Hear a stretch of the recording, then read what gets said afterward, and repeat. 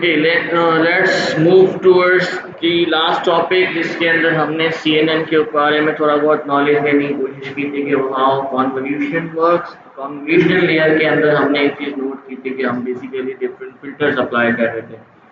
कल हमने filters apply करके एक न्यू इमेज क्रिएट करने की कोशिश की थी, मतलब इन जस्ट ग्रामेटिकल वे कि किस तरीके से आपके पास एक न्यू इमेज क्रिएट होती है, और एक फॉर्मूला भी मैंने आप लोगों को वहाँ पे समझाया था जहाँ पर हम यूज़ कर रहे थे। उसके अंदर आप number of pixels multiply by filter multiply by sorry number of pixels minus filter plus padding यानी 2 multiply by padding and plus 1 which is equals to आपके पास output resultant you can say image create होती है। अब इस सब for example we have created an image. मैं यहाँ पर एक और एग्जांपल यहाँ पे क्रिएट कर देता हूँ, जैसे कि फॉर एग्जांपल हमारे पास एक इमेज है और मेरे ख्याल से अभी ये लोड भी सही से कर रहा होगा ना। पैडिंग नॉर्मली वाइट में होता है बिल्कुल, मतलब इसमें जिसका मकसद ये होता है कि स्पेस आ जाए बस। नहीं नहीं नहीं नहीं, वो वाइट कलर ही होगा ठीक है पैडिंग के अंदर, क्योंकि सिर्फ हमें एक स्पेस क्रिएट करना है ताकि जब आपकी इमेज रिड्यूस होती है तो ये जो वाइट स्पेस है ये रिड्यूस हो जाए, एक्चुअल इमेज में से डेटा लॉस ना हो। फॉर एग्जांपल ना फॉर एग्जांपल हमारे पास एक डेटा सेट या एक इमेज की बात कर रहे हैं ना, हमें इस इमेज में से ऑब्जेक्ट्स निकालने हैं। जैसे कि मैं एक काम करता हूँ, इसके अंदर एक ऑब्जेक्ट क्रिएट कर देता हूँ, जैसे कि ये हो गया हमारे पास एक कैट हो गई हमारे पास, ये दूसरी कैट हो गई हमारे पास। अब इन दी एंड हमारे पास फॉर एग्जांपल यहाँ पर 3 cats are there. I need to identify the cat here. इस इमेज में से मुझे आइडेंटिफाई करना है कि भाई how many cats are there, यानी मुझे इसमें से ऑब्जेक्ट को आइडेंटिफाई करना है, क्लासीफाई करना है। For this what I could do, सबसे पहली चीज क्या होगी कि आप इसके ऊपर अप्लाई करोगे फिल्टर्स। अब फॉर एग्जांपल आपके ऊपर डिपेंड करता है आप कितने फिल्टर्स अप्लाई करते हो। जैसे कि ये आपके पास आ गया 6x6 की इमेज, ठीक है, आपने 3x3 का एक फिल्टर अप्लाई किया, आपके ऊपर डिपेंड करता है आप एक और फिल्टर भी अप्लाई कर सकते हो, आप एक और फिल्टर भी अप्लाई कर सकते हो, depends on you how many filters you are applying. In the end आपके पास एक रिजल्टेंट वैल्यू बनी, यानी एक इमेज क्रिएट हुआ, for example that is this image. अब ये इमेज आपके पास तैयार हो गया। अब ये इमेज भी आपके पास अराउंड, अगर वो 6x6 की इमेज है तो ये आपके पास बन जाएगा 6x6 की इमेज फॉर एग्जांपल, या अगर वो आपके पास 3x3 की इमेज है तो ये भी आपके पास 3x3 की इमेज का बन जाएगा automatically. Whatever the image is, उसके अंदर आपके पास एक इमेज जनरेट हो जाएगी। फॉर एग्जांपल लेट्स से हमारे पास एक 3x3 की इमेज बन गई। जस्ट फॉर एग्जांपल बता रहा हूँ, ठीक है, इसमें कोई वो नहीं है कि सब 3x3 की ही बनेगी, ऐसा कुछ भी नहीं। And some value is there.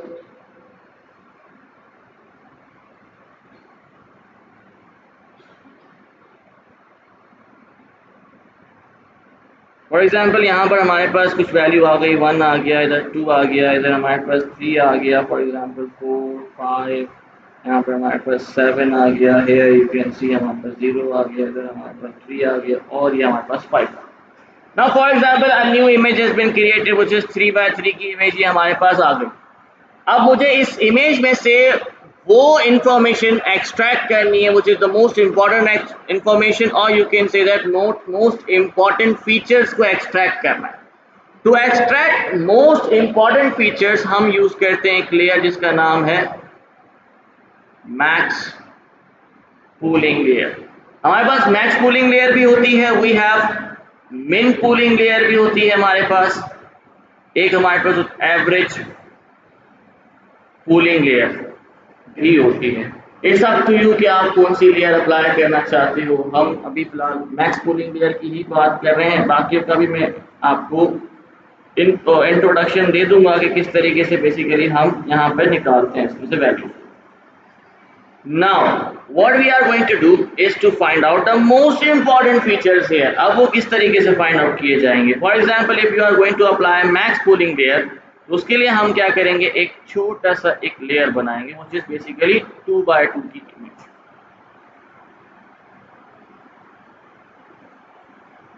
अब ये 2x2 का फिल्टर बेसिकली अप्लाई किया जाएगा आपके इस इमेज के ऊपर, यानी जो आपके पास एक्सट्रैक्टेड इमेज है। तो हमने यहाँ पे सिंपली क्या किया कि ये जैसे कि मैं इसको एक ब्लू कलर में कर देता हूँ। सबसे पहले ये फिल्टर यहाँ पे अप्लाई किया, अभी एम्प्टी फिल्टर है, ठीक है, हमारे पास कोई वैल्यू नहीं है। What we need to find out? We need to find out the most maximum value location here. अब यहाँ पर हमारे पास मैक्सिमम वैल्यू क्या है? 5, तो हमने यहाँ से उठा लिया 5 here. इसके बाद यही सेम तरीका जिस तरह आप लोग फिल्टर अप्लाई करते थे उसी तरीके से यहाँ पर भी अप्लाई होगा। अब आपने, लेकिन फर्क सिर्फ इतना आएगा कि जहाँ आप ओवरलैप करते थे अब आप ओवरलैपिंग नहीं करोगे, क्योंकि ओवरलैपिंग में प्रॉब्लम क्या आएगी कि ओवरलैपिंग में आपके पास वही सेम, कब ऐसा भी हो सकता है कि वही सेम लोकेशन बार बार एक्सट्रैक्ट हो रही है। तो यहाँ पर हम ओवरलैपिंग नहीं करेंगे। अब यहाँ पर ये एक दफ़ा अप्लाई किया, अब आप दोबारा इसके बराबर से स्टार्ट करोगे। अब you can say that sir यहाँ तो सिर्फ और सिर्फ 1/2 की बाकी रिमेनिंग है, तो आप एक्स्ट्रा ले लो अपनी तरफ से। अब यहाँ पे मैक्सिमम वैल्यू कौन सी है हमारे पास? 7, तो एक्सट्रैक्ट हो गया हमारे पास वैल्यू 7। इसी तरीके से फिर नीचे भी अप्लाई किया जाएगा। यहाँ पर मैक्सिमम वैल्यू कौन सी है? 3, तो वैल्यू आ गई आपके पास 3, और यह इस तरीके से यहाँ पर भी अप्लाई किया जाएगा। इधर हमारे पास मैक्सिमम वैल्यू कौन सी है? 5। Now that means this is, you can say that the location, और you can say that of most important features. This is how max pooling layer works. अब फॉर एग्जाम्पल अगर मुझे मिन पूलिंग लेयर अप्लाई करनी है तो वो भी इसी तरीके से अप्लाई होगी। बस फर्क क्या आएगा कि जहां हम मैक्सिमम वैल्यू ले रहे थे वहीं हम मिनिमम वैल्यू। अगर हम एवरेज की बात करेंगे तो फिर हमने क्या करना है, सबको प्लस करना है, डिवाइड बाय 4 करना है। इन दी एंड जो वैल्यू आपके पास आएगी वही आपकी एवरेज वैल्यू आ जाएगी। So this is how you can extract most important features from the image by using max pooling layer after applying filters. क्योंकि फिल्टर्स ने क्या किया, उन्हीं इमेजेस, उस इमेज में से जो मोस्ट इंपॉर्टेंट फीचर्स थे उसे हाईलाइट कर दिया। After applying max pooling layer, अब जो हमारे पास फीचर्स हाईलाइटेड थे वो वैल्यूज उसकी सबसे हाईएस्ट वैल्यूज थी, तो वही हाईएस्ट वैल्यूज को हमने बेसिकली एक्सट्रैक्ट कर लिया by using max pooling layer. अब जो हमारे पास इमेज तैयार होगी उसमें सिर्फ और सिर्फ वही फीचर्स होंगे या वही लोकेशन ऑफ दोज फीचर्स होंगे जो मोस्ट इंपॉर्टेंट फीचर्स हैं, और उसी को हमने बाद में ट्रेन कर। अब एक सवाल से सर यहाँ पर भी तो डेटा लॉस हो रहा है, तो उसका क्या? देखो यहाँ जो डेटा लॉस हो रहा है उससे हमें कोई फर्क नहीं पड़ता। क्यों? क्योंकि जो डेटा लॉस हो रहा है वो वैसे ही इंपॉर्टेंट नहीं था। At the time of image के ऊपर जब आप फिल्टर अप्लाई कर रहे थे उस वक्त तो हमें पूरी इमेज चाहिए, क्योंकि इस पूरी इमेज में से हमें बेसिकली मोस्ट इंपॉर्टेंट फीचर्स को एक्सट्रैक्ट करना था। जब हमें हाईलाइट कर दिया, अब जब हमने एक्सट्रैक्ट कर दिया, अब जो रिमेनिंग हमारे पास फीचर बचे वो हमारे किसी काम के नहीं, तो हम उसको रिमूव भी कर सकते हैं, और अगर वो लॉस हो जाते हैं तो कोई इतना फर्क नहीं पड़ता।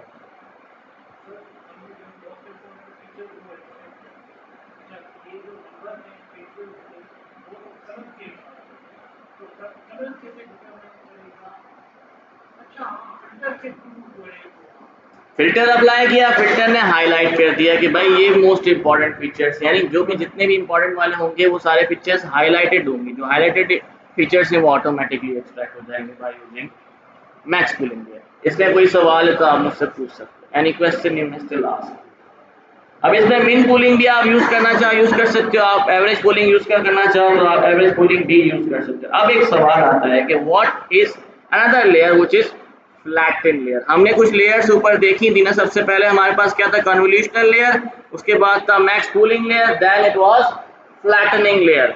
Now what is flattening layer? Now for example if I am saying कि भाई मुझे अब इस इमेज तैयार है, डेटा एक्सट्रैक्ट हो गया, अब हमें एक ब्रेन रेडी करना है जो बेसिकली क्या करेगा, आइडेंटिफाई कर रहा होगा या फिर क्लासिफाई कर रहा होगा डिफरेंट ऑब्जेक्ट को, यानी डिफरेंट फीचर्स को जो हमने इसमें से एक्सट्रैक्ट किया। उसके लिए हमें क्रिएट करना है एक complete neural network.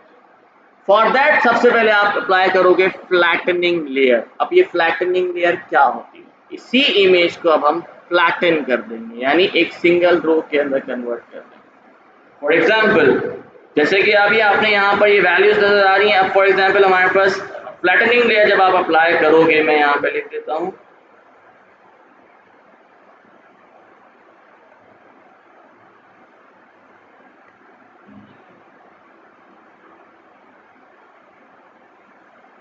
Flattening layer अगर हमें अप्लाई करनी है तो what we should do is basically सबसे पहले हमने क्या करना है, इसी इमेज को अब आप फ्लैटन कर दोगे तो उसमें हमारे पास जो फीचर्स बन जाएंगे वो किस तरीके से आएंगे आपके पास एक सिंगल रो के अंदर।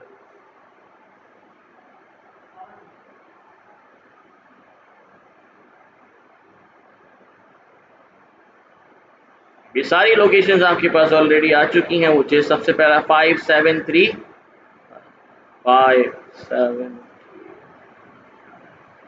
वट एवर, फॉर एग्जाम्पल एक और आपके पास आ रहा है तो उसके हिसाब से लगा। नाउ हियर यू कैन सी, अब जो चीज आपके पास एक कंप्लीट स्क्वायर यानी आपके कंप्लीट मैट्राइसिस के अंदर वैल्यूज थी, अब वो सिंगल एक रो के अंदर आ चुकी है। Column you can say that, but this is a row you can say, या कॉलम का वो बात एक ही है, कोई मसला नहीं है, लेकिन वैसे इसको कॉलम ही कहेंगे, हम रो नहीं कहेंगे, सिर्फ समझाने के लिए आपको रो कह रहा हूँ। फ्लैटन हो गया आपके पास वैल्यू। अब इसी फ्लैटन वैल्यू को आप प्रोवाइड करते हो अपने आर्टिफिशियल न्यूरल नेटवर्क के पास, और आर्टिफिशियल न्यूरल नेटवर्क के लिए हम यूज करते हैं डेंस लेयर। जी,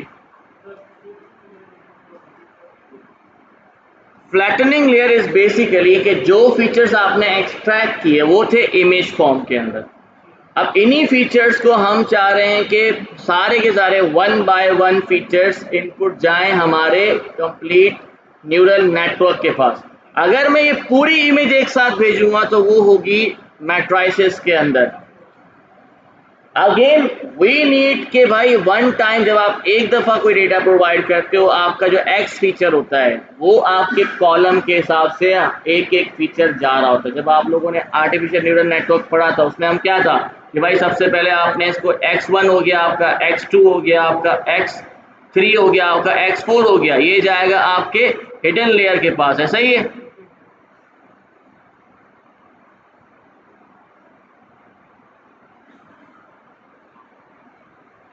इस तरीके से आपके हिडन लेयर के पास इनपुट जा रहा था।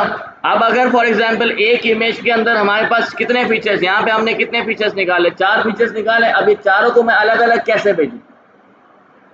For that I need to apply flattening layer. वो क्या करेगा, इसी कंप्लीट इमेज को एक फ्लैटन कर देगा, एक सिंगल कॉलम के अंदर कन्वर्ट कर देगा, और you can say that single row में भी कन्वर्ट कर, ठीक है। इन दिस एवरी, अभी जितने भी हमारे पास फीचर्स थे 4 फीचर्स थे, अब वो सारे के सारे फीचर्स ये हमारे पास x1 हो गया, ये आपका x2 हो गया, ये आपका x3 हो गया, ये आपका x4 हो गया, and this is your x5। ऐसे ही लगा दिया है, वो बढ़ गया था तो मैंने ऐसे ही ऐड कर दिया, ठीक है। यहीं पर जब आप डेंस लेयर क्रिएट करोगे, for example I have created 3 nodes here, तो ये सारा का सारा डेटा इसके पास जाता रहेगा।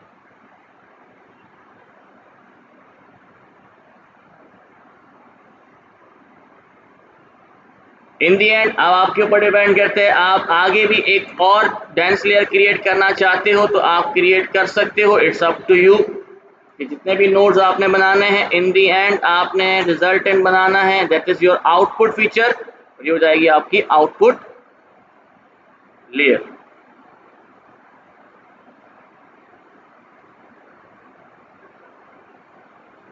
This is your output. The same way जिस तरह आप आर्टिफिशियल न्यूरल नेटवर्क के अंदर काम कर रहे थे, डेटा आपने प्रोवाइड किया एक हिडन लेयर को, उसने दूसरी हिडन लेयर को प्रोवाइड किया, तीसरी हिडन लेयर को प्रोवाइड किया, इस तरीके से आपके पास एक कंप्लीट न्यूरल नेटवर्क तैयार हो गया, और इन दी एंड उसने आपको रिजल्ट निकाल के दे दी। अब एक सवाल आता है कि सर इसके अंदर हमारे पास वेट्स भी होंगे, बायस वैल्यूज भी होंगी, बिल्कुल होंगी, वो अपडेट कैसे होंगी? उसी तरीके से होंगी जिस तरीके से आप आर्टिफिशियल न्यूरल नेटवर्क के अंदर करते थे, यूजिंग कॉस्ट फंक्शन, ठीक है। वही कॉस्ट फंक्शन आप रिटर्न करोगे, उसी से अपडेट करने के लिए आप यूज करोगे optimizers. It's up to you कि आप कौन सा ऑप्टिमाइजर यूज करते हो, आप एडम ऑप्टिमाइजर यूज कर सकते हो, मोस्टली अच्छा काम करता है एडम ऑप्टिमाइजर। इसके अलावा अगर फॉर एग्जांपल आप इसके अंदर एक्टिवेशन फंक्शंस भी होंगे, वही एक्टिवेशन फंक्शन है, इसमें कौन सा एक्टिवेशन फंक्शन अप्लाई किया जा सकता है, सबसे अच्छा आपके पास है रेलो फंक्शन, आप इसके अंदर रेलो फंक्शन अप्लाई कर सकते हो, और इस तरीके से ये चलता रहेगा। मैं आपको एक इमेज शो करवा देता हूं जिसमें आपको और अच्छी तरीके से डायग्राम में समझ आ जाएगा, जिस फ्रॉम गूगल, तो आपको थोड़ा सा बेहतर तरीके से। नाउ हियर यू कैन सी, मैं इसको थोड़ा सा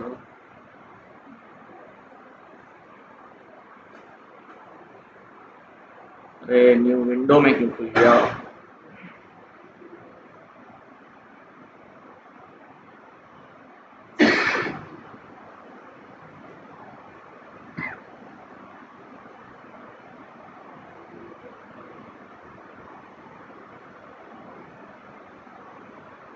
थोड़ा सा उसके ऊपर फोकस करें, वही सेम चीज़ है। नाउ हियर यू कैन सी, सबसे पहले आपने इनपुट इमेज प्रोवाइड की, उसी इनपुट इमेज को हमने प्रोवाइड किया कन्वोल्यूशनल लेयर के अंदर, जिसने क्या किया, डिफरेंट बेसिकली फिल्टर्स अप्लाई करने के बाद कोई specific, here you can see that the specific point is basically extracted from the cooling layer. Why? Because this was the most important feature which was extracted from max cooling layer।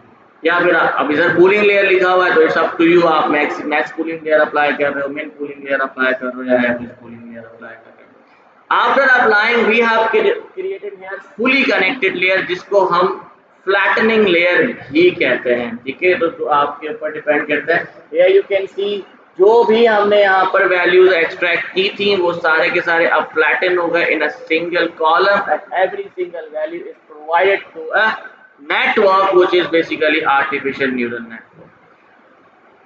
थोड़ा सा अगर आप देखो तो जो हमारे पास convolutional layer and max pooling layer तक, मैंने आपको पहले भी एक्सप्लेन किया था, convolutional layer, max pooling layer, ये बेसिकली हमारे फीचर्स को एक्सट्रैक्ट करने के लिए ही अप्लाई किया जा रहा है, एंड दैट्स इट। इसमें कोई क्लासिफिकेशन शामिल नहीं है। आपने कन्वोल्यूशनल लेयर अप्लाई किया, आपने मैक्स कूलिंग लेयर अप्लाई किया, उसने सिर्फ और सिर्फ मोस्ट इंपॉर्टेंट फीचर्स को एक्सट्रैक्ट किया है, दैट्स इट। उसके ऊपर कोई नेटवर्क नहीं बिल्ड हुआ, कोई क्लासिफिकेशन नहीं हो रही, कोई आउटपुट नहीं आएगा, कोई इसके अंदर you can say that prediction नहीं होगी।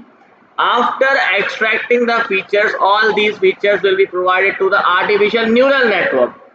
अब ये जो आर्टिफिशियल न्यूरल नेटवर्क है, ये काम कर रहा होता है फॉर क्लासिफिकेशन और identification. Now here you can सी, इसने इस प्रोसेस को क्लासिफिकेशन प्रोसेस का एक और इमेज में आप लोगों को दिखा देता हूँ, थोड़ा सा और अच्छी तरीके से आपको समझ आ जाएगा। Now here you can see that, अगर नजर आ जाए आपको तो ये VDD 16 का है, तो ये भी ठीक ही था, इसको देखो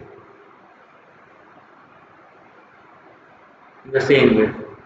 इनपुट आया, कन्वोल्यूशन के पास गया, द मोस्ट इंपॉर्टेंट फीचर्स को एक्सट्रैक्ट किया, किसने, मैक्स कूलिंग लेयर ने, फिर कंप्लीट वैल्यू को प्रोवाइड कर दिया into fully connected layer which is flattening layer, और इन दी एंड आपके पास एक आउटपुट जनरेट हो जाएगा which will be the classification. Classification मतलब यहाँ पर अब आपको एक लेबल प्रोवाइड कर देगा कि भाई कौन सा लेबल आप यूज कर रहे हो, क्लासिफाई हो जाएगा। इसमें कोई भी सवाल है तो आप पूछ सकते हैं। This was the theoretical representation of CNN, in which we have learned how convolution works, we have learned कि किस तरीके से filter apply किए जाते हैं, and we have learned कि filter apply करने के बाद features को extract किया जाता है। extract क्या कौन करता है, कोई आपका max cooling layer extract करता है। after extracting all the important features, these features will be flattened in a single column, and these features will be provided to the artificial neural network to create a classification model। तो कोई सवाल है तो आप मुझसे पूछ सकते हैं। थ्योरेटिकली आई होप समझ आ गया। यस, इसमें इस इमेज में बताया नहीं है इसने कितनी हिडन लेयर्स हैं, तो आपके ऊपर डिपेंड करता है आप कितनी हिडन, इस इमेज को देख लो। चलो, now here you can see, यहाँ पर आपके पास this would be the flattening layer. ये आपके पास एक हिडन लेयर, दूसरी हिडन लेयर, तीसरी hidden layer, in the end output layer. तो इट्स अप टू यू कि आप कितना बड़ा, कितने ज़्यादा हिडन लेयर्स बनाते हो, और एवरी सिंगल हिडन लेयर के अंदर आप कितने नोड्स क्रिएट करते हो, यानी आपके न्यूरॉन्स क्रिएट करते हो, neurons.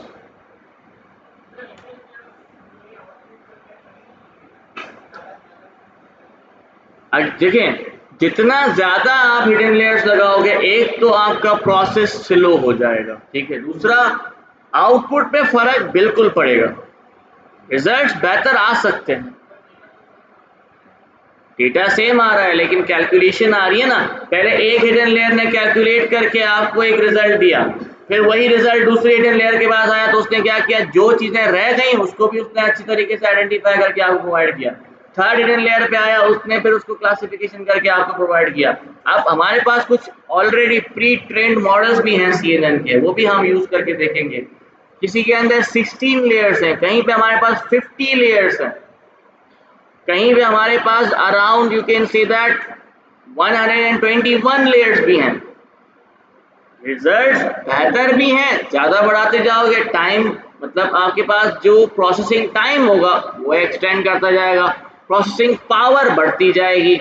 You need more resources to compete those competitions, यानी आपके ये जितने भी कंप्यूटेशनल रिसोर्सेज हैं उसे पूरा करने के लिए आपको रिसोर्सेज चाहिए होंगे।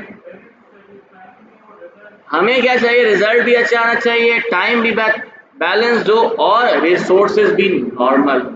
अगर जैसे कि अगर आप कह सकते हो कि सर अगर हम आज चैट जीपीटी की बात करें तो देखो चैट जीपीटी के अंदर अगर आप यूज करते हो तो पहली बात तो वो CNN पे बेस नहीं करता, वो काम करता है लार्ज लैंग्वेज मॉडल्स पे, लेकिन ये ही उसी का you can say that CNN भी एक तरीके का बेस कह सकते हो आप, LLM के ऊपर यूज होता है। ठीक है, तो कहने का मकसद जितनी लेयर्स आप बढ़ाते जाओगे तो कंप्यूटेशनल पावर चाहिए।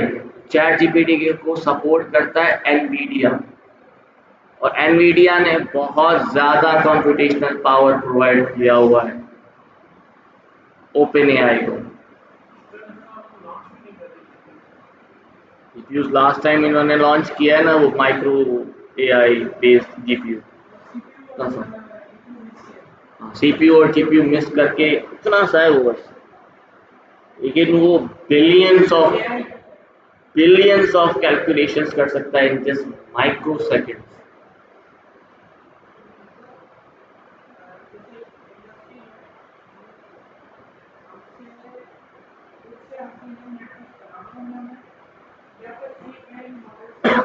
Very good.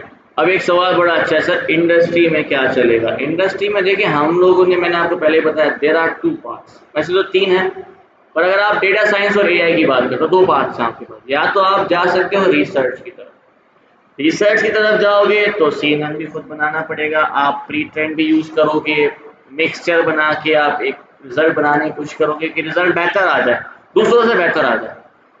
अब अगर आप इंडस्ट्री में आते हो, इंडस्ट्री मतलब डेवलपमेंट की साइड पे आते हो, तो वहां पर फिर आपको यूज करने पड़ेंगे pre train models, LLM models, पर उन्हें भी आपने फाइन ट्यून करना पड़ता है और अच्छी तरीके से बनाना पड़ता है, अपने रिक्वायरमेंट के हिसाब से फाइन ट्यून करना होता है उनको। ठीक है, तो हम भी यहाँ पर इसको फाइन ट्यून करने की कोशिश करेंगे, मैं आपको करके भी दिखाऊंगा कि आप कैसे चैटबॉट बना सकते हो। इसी टाइप की चीजें आपको मिलेंगी मार्केट के अंदर, यानी इंडस्ट्री के अंदर। रिसर्च की तरफ जाओगे, data science, specific data science की तरफ जाओगे तो वहां सिर्फ रिसर्च है।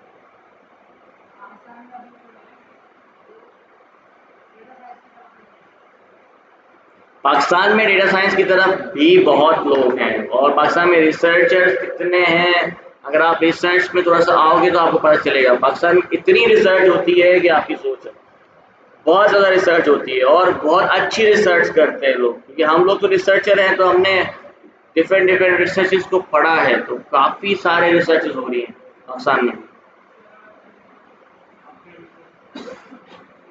तरीकेकार रिसर्च का देखो, पहले तो हमेशा जब भी अगर आप रिसर्च की तरफ जाना चाहते हो तो सबसे पहली चीज़ होती है आपको अपना प्रॉब्लम स्टेटमेंट मालूम होना चाहिए, किस प्रॉब्लम पे काम करना है, प्रॉब्लम कैसे ढूंढना है, प्रॉब्लम और प्रॉब्लम का गैप ढूंढना होता है हमें। ठीक है, अब प्रॉब्लम आप कैसे ढूंढोगे, सबसे पहले आप फील्ड आइडेंटिफाई करो, आपको किस फील्ड में काम करना है। जैसे कि मैं काम करता हूँ इमेज के ऊपर, इमेज प्रोसेसिंग मेरी फील्ड है, कि मुझे इमेज के रिसर्च की बात कर रहा हूँ, उसमें मेरे को इमेज के ऊपर काम करना होता है। जब भी मैं कोई रिसर्च आऊँगा तो उसमें कोई ना कहीं इमेज हो। अब मैंने इमेज की एक फील्ड चूज कर दी कि भाई मुझे इमेज क्लासिफिकेशन पे काम करना है। अब फिर आप आओगे कि फील्ड तो आपको मिल गई, अब आपने निकालना है कि आपको किस टॉपिक पे काम करना है। टॉपिक का मकसद होता है कि भाई आप मेडिकल फील्ड में जाना चाहते हो, मेडिकल की किसी टॉपिक को उठाना है, आपको कंप्यूटेशनल किसी टॉपिक को उठाना है, आपको कोई कंस्ट्रक्शन टाइप की किसी टॉपिक को उठाना है तो वो आपने टॉपिक डिसाइड करना। टॉपिक आपको मिल गया, अब इसमें से प्रॉब्लम ढूंढनी है। प्रॉब्लम जैसे कि फॉर एग्जांपल अगर मैं आपसे कहूँ कि कोई एक बीमारी है, न्यू आई है, प्रॉब्लम ये है कि उसको हम अर्ली डिटेक्ट नहीं कर सकते।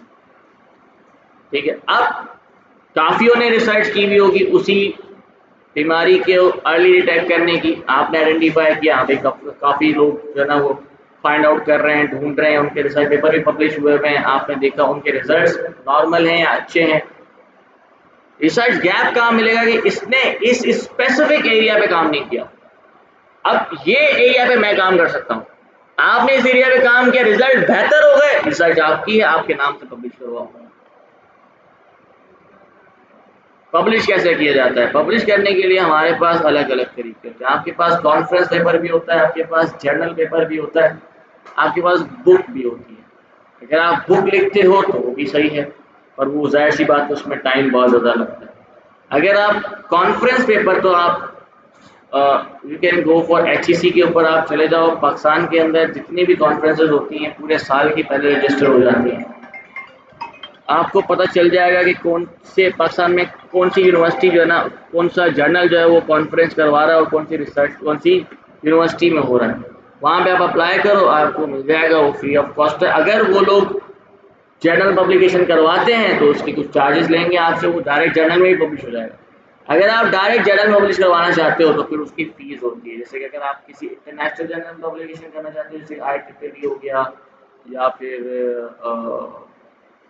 क्या कहते हैं, मतलब काफ़ी सारे जर्नल्स हैं। अगर आपको कोई किसी जर्नल के अंदर पब्लिकेशन करनी है तो वहाँ पर आप जाएँ, वहाँ रजिस्टर करें, वहाँ पर अपना टॉपिक प्रोवाइड करें, अपना एब्स्ट्रैक्ट प्रोवाइड करें, और अगर वो अप्रूव हो जाता है तो फिर वो आपसे क्वेश्चन आंसरिंग थोड़ा बहुत सवाल करेंगे, आपसे मांगेंगे चीज़ें, आपको चीज़ें देनी है। उसके ऊपर फिर उन्होंने 4 से 5 एक्सपर्ट बैठेंगे, उसको थोड़ा सा प्रूफ रीड करेंगे और देखेंगे कि आपने रिसर्च सही से की है या फिर आप बस ऐसे उठा के ले आए हो।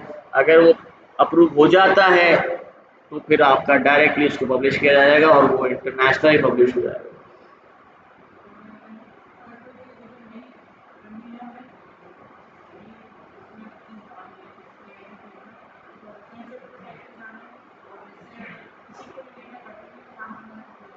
अगर आप देखो, इसी को ही लेकर भी आप रिसर्च में जा सकते हो। अब किसी टॉपिक के ऊपर एक स्पेसिफिक कोई चीज़ अप्लाई नहीं की किसी ने, वो आपने कर दी और थी तो वो बनी हुई ऑलरेडी, तो वो भी एक रिसर्च बन जाएगी। रिजल्ट बेहतर होगा या नहीं हुआ तब भी चल जाएगा, कोई मसला नहीं। लेकिन अगर आपको मार्केट में यानी आपको इंडस्ट्री टाइप पे जाना है, यानी डेवलपमेंट साइड पे जाना है, तो फिर आपको जाना पड़ेगा AI के ऊपर। AI एप्लीकेशन LLMs हो गए, आपके LSTMs हो गए, आपके GRUs हो गए, इन पे जाना पड़ेगा। और LLM मॉडल्स हो गए, आपके AI एजेंट्स हो गए, इस तरह इस साइड पे निकलना पड़ेगा। और ये भी मैं ये CNN कंप्लीट हो जाएगा, इसके बाद से फिर हम AI की जर्नी स्टार्ट कर देंगे। LSTM से AI की जर्नी स्टार्ट हो जाएगी। कैसे अर्न करना है? अर्निंग कैसे होगी? रिसर्चर बनने में टाइम लगता है, it takes time. As a researcher सालों लग जाते हैं, साल 2 साल 3 साल तो आप यहीं पर ही हैं। अगर आप इंडस्ट्री में आते हैं, इंडस्ट्री में आपने क्या करना है? अगर आपको फ्रीलांसिंग करनी है तो आप डिफरेंट चीज़ें कर सकते हो, जैसे कि आप चैटबॉट इंटीग्रेशन क्रिएट कर सकते हो, आप AI असिस्टेंट्स ऐड करवा सकते हो किसी भी वेबसाइट के ऊपर, आप किसी मोबाइल एप्लीकेशन के अंदर AI के एप्लीकेशन यूज़ कर सकते हो, क्रिएट कर सकते हो। तो बेसिकली आपको किसी दूसरी फील्ड के साथ कनेक्ट होकर ही काम करना पड़ेगा। जैसे कि मोबाइल एप्लीकेशन के साथ कनेक्ट हुए, as a AI engineer mobile application के साथ कनेक्ट हुए, आप वहाँ पे काम कर सकते हो। दूसरा चीज़ होता है API इंटीग्रेशन पे काम कर सकते हैं आप। हमारे पास OpenAI की APIs होती हैं, हमारे पास Gemini की APIs हैं, we have open router as a API आप यूज़ कर सकते हो। यू हैव DeepSeek, उसकी APIs होती हैं। डिफरेंट APIs के थ्रू आप डिफरेंट LLM मॉडल्स यानी लार्ज लैंग्वेज मॉडल्स को आप कॉल करवाओ, उसे फाइन ट्यून कर सकते हो किसी भी स्पेसिफिक कंपनी के लिए। जैसे कि अभी मेरे एक स्टूडेंट ने बनाया है सलानी के लिए स्पेसिफिक एक AI असिस्टेंट बना हुआ है। उससे आप किसी चैट जीपीटी से पूछो सैलानी, उसको नहीं पता होगा सैलानी क्या है और क्या नहीं है। मैक्सिमम उसको थोड़ा बहुत नॉलेज होगी जो उसको गूगल ने दी होगी या मतलब ओपन एआई ने प्रोवाइड की होगी। अब मेरी कंपनी जैसे कि है वाईटेक इंटरनेशनल, मुझे नहीं पता, मुझे ही पता है बस कि वो इंटरनेशनल कंपनी है, मैं बोल रहा हूँ इंटरनेशनल कंपनी, वैसे तो इंटरनेशनल नहीं है वो। तो आप वो जीपीटी को तो नहीं पता क्योंकि मैंने कल ही फॉर एग्जांपल खोली है। अब मैं चाह रहा हूँ मेरी कंपनी की वेबसाइट के साथ एक असिस्टेंट लगा हुआ हो और उसे मेरी कंपनी के बारे में सब कुछ पता हो, तो मैं क्या कर सकता हूँ, तो और मुझे यूज़ करना है ओपन एआई का ही मॉडल, तो you can fine tune it, आप वो उठाओ उसे दोबारा से ट्रेन करवा सकते हो अपने डेटा के ऊपर उसी की नॉलेज यूज़ करके। इन दी एंड आपके पास एक असिस्टेंट बन जाएगा जो ओपन एआई का असिस्टेंट है, लेकिन आपकी कंपनी के बारे में भी अच्छी खासी नॉलेज रखता है और आपके सिस्टम के साथ चल रहा होगा। तो ये सारी चीज़ें आपको मार्केट में मिलती हैं करने के लिए।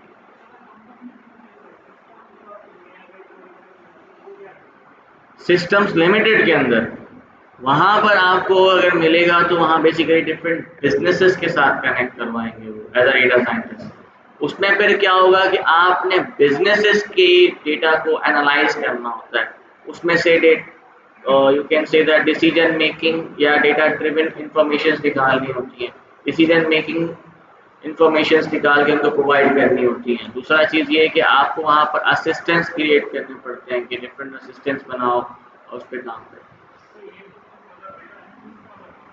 डेटा एनालिस्ट, डेटा साइंस और एआई, इन तीनों का मिक्सचर हो गया।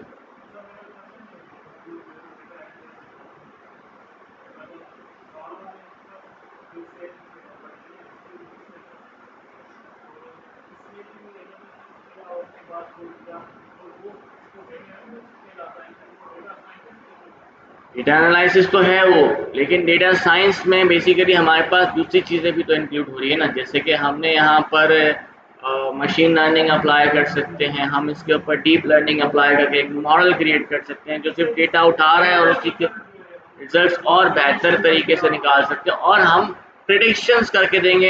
एनालिसिस वाला प्रिडिक्शन नहीं करेगा, वो सिर्फ आपको एक एनालिसिस निकाल के देगा कि भाई इस तरह का हमारे पास आउटपुट आ रहा है। हम तो प्रिडिक्शंस कर रहे हैं, इसके बाद इसी को ही डेटा साइंस को हमने एआई की तरफ भी लेकर हमने डिफरेंट लार्ज लैंग्वेज मॉडल्स बना दिए, हमने different you can say that AI के एलएलएम मॉडल्स बना दिए जिसके अंदर आप डायरेक्टली उससे कम्युनिकेट कर रहे हो।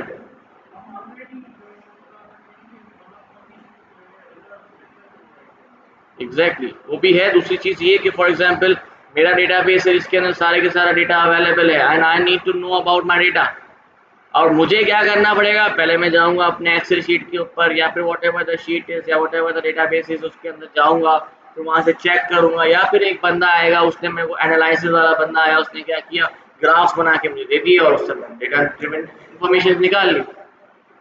आई नीड कि मैं ये भी काम क्यों करूँ, आई वॉन्ट कि मेरे पास एक ऐसा सिस्टम हो जिसको मैं कहूँ कि I need to know who is the most you can say employ in my company जो सबसे ज़्यादा सैलरी ले रहा है, और वो मुझे उसका नाम निकाल के दे दे भाई ये है हमारा।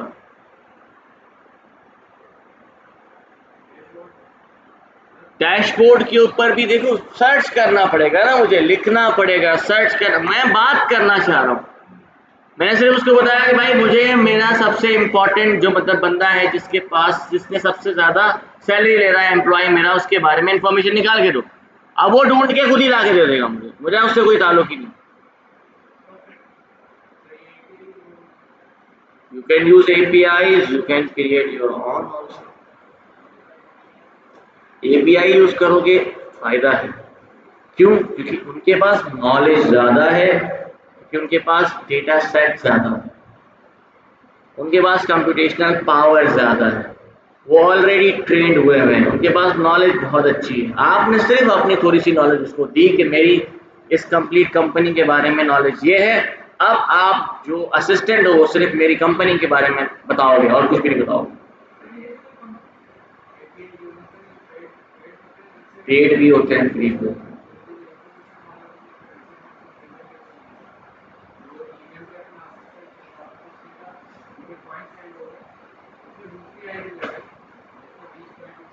नहीं, वो उसके पास वो तो अलग ही कहानी है, उसने तो पूरा ऐप लॉन्च किया हुआ है, वो जो पॉइंट्स है वो खुद सेल आउट करता है।